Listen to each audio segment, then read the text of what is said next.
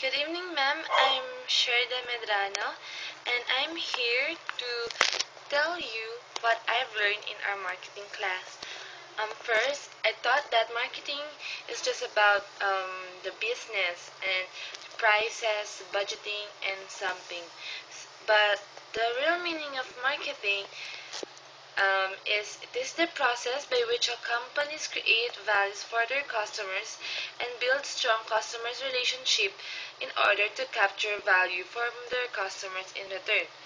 And I've also learned the five marketing process.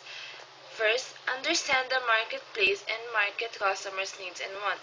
Second, design a customers-driven marketing strategy. Third, construct an integrated marketing program that delivers a superior value. Fourth, build a profitable and create customers' delight. And fifth, create value from a customers to create customers' equity.